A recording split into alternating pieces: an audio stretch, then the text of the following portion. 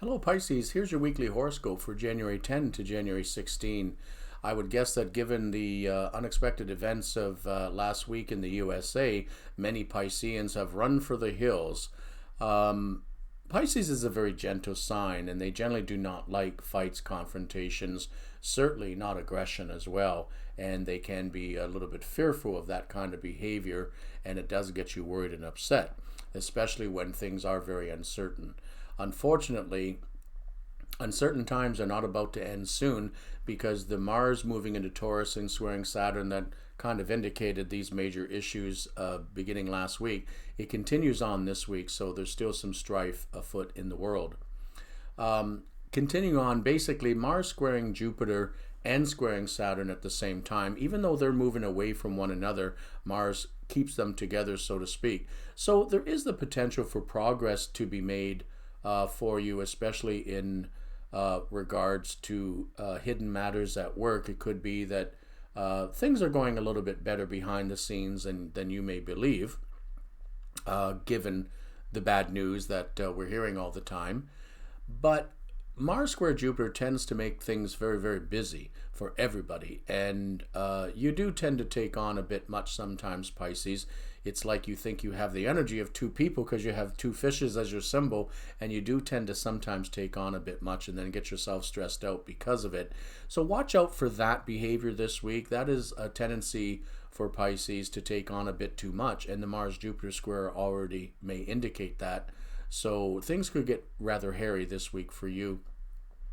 With the moon starting off in Sagittarius, while Neptune, your ruling planet, is in Pisces, it's not necessarily that bad of an aspect. It just might have you feeling a little bit blue, a little bit worried and fearful. And well, as I mentioned, we know why, what's going on in the world.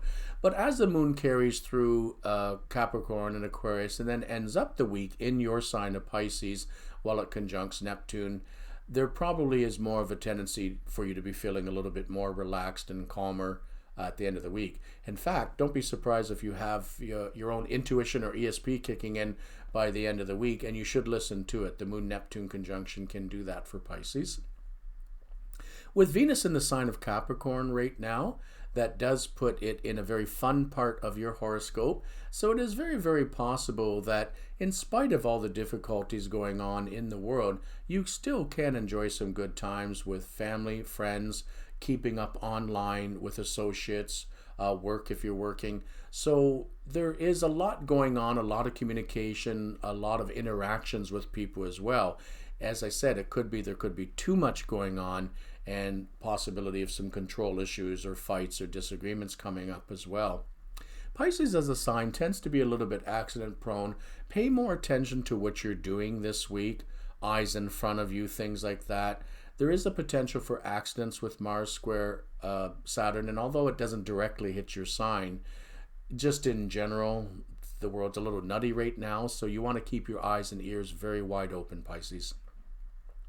With Uranus making the station in Taurus on the 14th, it does at least help minimize the unexpected events that we've been dealing with in the last year.